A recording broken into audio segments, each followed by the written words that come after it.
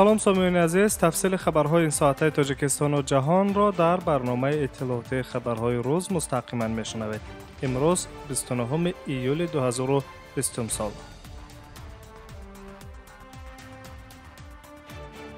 خبرها را از تاجیکستان شروع میکنیم. حکومت جمهوری تاجیکستان شماره گروه‌های آسیب‌پذیر کشور را اعلام کرده است که در دایره پیشگیری تاثیر کووید 19 به ساحه‌های اجتماعی و اقتصادی جمهوری به اندازه حداقل مزد مهنت کمک یک دفعه نمیگیرند. طبق ضمیمه قرار روز 11 ایول که حکومت قبول کرده است، شماره پیشکی این گونه آدمان تقریبا 488,000 نفر است. از جمله شهروندانی که نفقه اجتماعی میگیرند 70,000 نفر، معیوبان 149,860 نفر، یتیمان و کودکانی که سربان خود را از دست دادند 82,000 نفر، کودکان معیوب تا 16 ساله که با ویچ سپیتسی یافتند 1000 نفر، شهروندان کم درآمد 184,644 نفر، گروه‌های کم بضاعت 300 نفر. قید کرده می شود که رویخط گروه‌های آسیب‌پذیر اهالی تا 1 ایون سال 2020 ادامه داده شدند که از این رو انتظار می رود شماره نفقه‌گزاران، معیوبان، یتیمان و کودکانی که سربان خود را از دست دادند تغییر یابد. با ساختارهای داخلدار سپارش داده شده است که تا 1 آگوست سال روان رویخط گروه‌های آسیب‌پذیر اهالی را با ذکر نسب، نام پدر و جای استقامت ترتیب داده آن را به وزارت مالیه و امانت بانک پیشنهاد کنند. به وزارت مالیه دستور داده شده است که طبق ترتیب مقرر شده برای پرداخت کمک یک وقت مبلغ جدا نماید و امانت بانک پرداخت سر وقت مبلغ‌های مقصدناک را که به صورت حساب وارد شده‌اند با استفاده کارت‌های پرداختی بانکی تامین نماید و آنهایی که کارت ندارند روزی گرفتن کمک یک دفعه نه به آنها پول نقد داده می شود.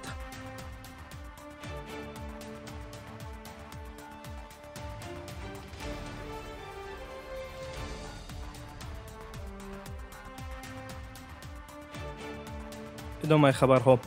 28 ایول گوبرناتور ولایت سورلوفسک روسیه یوگنی کووایشف با ظفر سعیدزاده کنسول گنرالی جمهوری تاجیکستان در شهر یکاترینبورگ واخوری نمود. ضمن ملاقات ذکر گردید که در 10 ساله اخیر مجموعه همکاری‌های استراتژیکی تاجیکستان و روسیه می‌افزاید که این دلالت رابطه‌های بلند مستقیم بین منطقه دو کشور است. با نظرداشت این، فدراسیون روسیه در گردش سودای خارجی و رشد سرمایه‌گذاری تاجیکستان موقع پیشاهنگ را اشغال می‌نماید.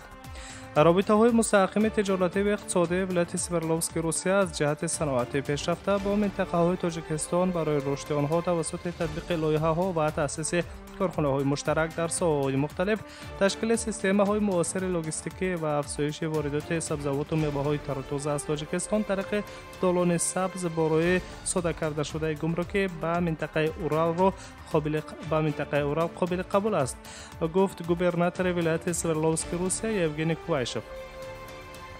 ضمن صحبت همچنین به مسائل همکاری در ساحه فرهنگی و گومانیتاری از جمله در ساحه معارف توجه خاص ذکر کرده شد. گفته شد که تنها در دانشگاه‌های یکاترینبورگ 661 دانشجوی تاجیک تحصیل می‌کنند. با نظر داشته معرفیت تعلیم زبان روسی در بین جوانان تاجیک و ضرورت بلند برداشتن سطح زباندانی آموزگاران جوان مکتب‌های میانه تاجیکستان، جمهوری می‌تواند از امکانات اساسی دانشگاه دولتی آموزگاری اورال استفاده کند. اطلاع دادند مسئولان کنسولگری گنرالی جمهوری تاجیکستان در شهر یکاترینبورگ فدراسیون روسیه. باید به اکثر مسائل بررسی شونده مصاحبان عقیده عمومی بیان کردند و موافقت نظرها را پیدا نمودند. از جمله تاکید گردید که منطقه اورال برای همکاری‌های گوناگون جنبه بین منطقه تاجیکستان و روسیه در طول 2-3 سال آینده امکان دارد که موقع پیشرفت را صاحب گردد.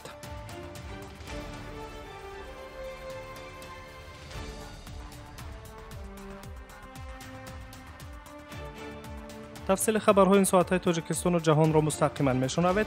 تا 29 ایول سال روان 16.7 میلیون سومونی، 482,000 دلار و 25,000 روبل روسی به صورت حساب خیریوی در سردوره خزینه‌داری مرکزی وزارت مالیه گشوده شده جمع گردیده است.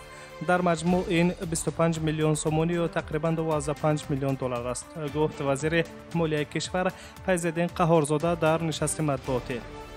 ما میدانیم هر یک سازمان و تشکیلاتی را که به صورت حساب خیریه پول انتقال دادند، اما آنها را نامبر نمی‌کنیم. مبلغ‌های جمع شده به خراجات‌های مربوط به مبارزه با پاندمی کرونا ویروس روانه کرده می‌شوند. علاوه داشت وزیر مالیه. همچون نمونه فیض‌الدین قهارزاده تنها قید کرد که یک صاحبکار تاجیک که در روسیه کار می‌کند به صورت حساب $100,000 و یک دولت $300,000 انتقال داده است. وزیر مالیه جمهوری قید کرده است که انتقال مبلغ‌ها ادامه دارد و اطلاعات درباره حجمشان مرحله به مرحله داده می‌شود.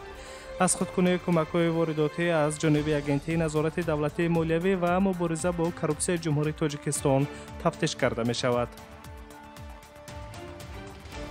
صورت حساب خیریه در اول ماه اپریل برای تقویت چاره‌های ضد اپیدمیولوژی با سبب پاندمی کووید 19 و متمرکز گردانی کمک مالیوی گشوده شده است. صورت حساب با پول ملی سامانی دلار ایالات متحده آمریکا و روبل روسیه گشوده شده است.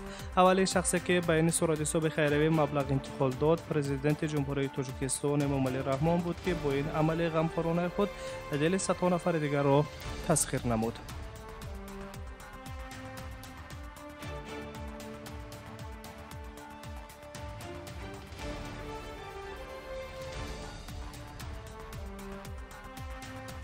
در تاجیکستان میمونیم و خبرهای این ساعت را مستقیما ادامه میدهیم. معاش کارمندان دولتی، نفقه و استیپندیای خوانندگان و دانشجویان مؤسسه‌های تحصیلات میانه عمومی، مؤسسه‌های تحصیلات عالی ناپورا، آموزشگاه‌ها، کالج‌ها و مؤسسه‌های تحصیلات عالی کسبی زیاد کرده می‌شود. گفت وزیر مالیه فیض‌الدین قهارزاده در نشست مطبوعاتی. روشنی انداخته شد که افزایش پرداخت‌ها وابسته از وضع اپیدمی کرونا ویروس عملی کرده می شود، زیرا مبلغ‌ها به بودجت سالانه پیشکی وارد کرده شده بودند. مزد مهنت کارمندان مقامات حفظی حقوق و نظامیان 10% و کارمندان دیگر تشکیلات بودجوی 15% افزایش می‌یابد. نفقه و استیپندیا نیز بالا می‌رود. زیاد شوی پرداخت‌ها برای معیوبان، نابالغان بی‌سربان و یا بیکاران که به کمک احتیاج دارند 50% به نقشه گرفته شده است. افزایش پرداخت‌های اجتماعی از 1 سپتامبر سال روان در نقشه است.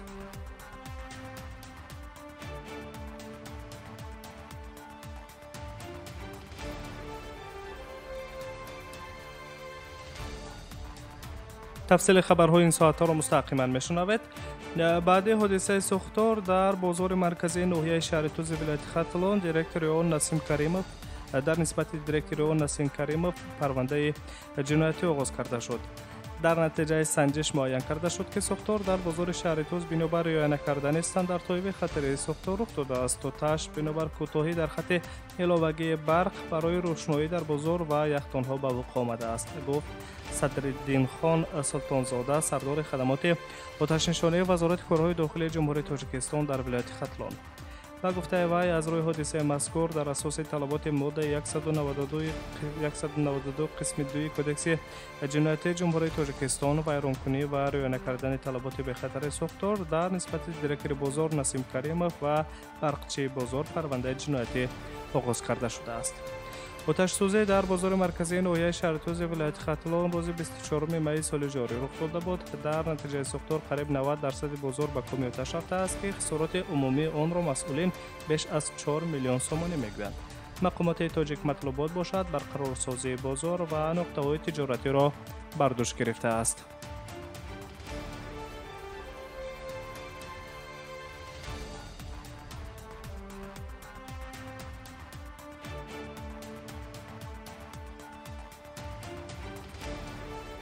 دادگاه مالایزیا سابق سروزیر این کشور نجیب رزاق را بعد 12 سال زندان محکوم کرد که در چند جنایت‌های کراپسیونی با استفاده از خودکنی مبلغ‌های از خزینه دولتی سرمایه‌گذاری عیبدار شده بود. 28 ایول دادگاه سروزیر سابق را در سوء استفاده از وکالت‌های منصبی، سوء استفاده از باوری و شستشوی پول گناهکار دانست. به سابق سروزیر امر داده شد که 49.3 میلیون دلار جریمه به فایده دولت پرداخت کند. دادرس پرونده سروزیر سابق نجیب رزاق را تا وقت اعتبار قانونی پیدا کردن حکم که محکوم شده حقوق شکایت کردن را دارد در حبس خانگی ماند. نجیب رزاق در مرافعه‌های دادگاهی اتهامات را در خصوص دزدی خزینه یک MDB که سال 2009 با مقصد بلند برداشتن رشد اقتصادی مالزی تأسیس یافته بود به پرگی رد کرد. مفتشان ایالات متحده آمریکا که در یک قسمت تحقیق شرکت داشتند میگویند که حداقل 4.5 میلیارد دلار را از خزینه یک MDB دزدیدند و توسط شبکه‌های مرکب معاملات و شرکت‌های نهانی برای خریدن اموال غیر منقول، مصنوعات زرگری، کشتی‌ها و دیگر مال و اموال با حشمت شستند. نجیب رزاق گفته است 700 میلیون دلاری که در صورت حساب‌های بانکی او به دست آمده است از جانب عربستان سعودی خیریه شده است. او ابراز داشته است که قسم بیشتر آن را برگردانیده است.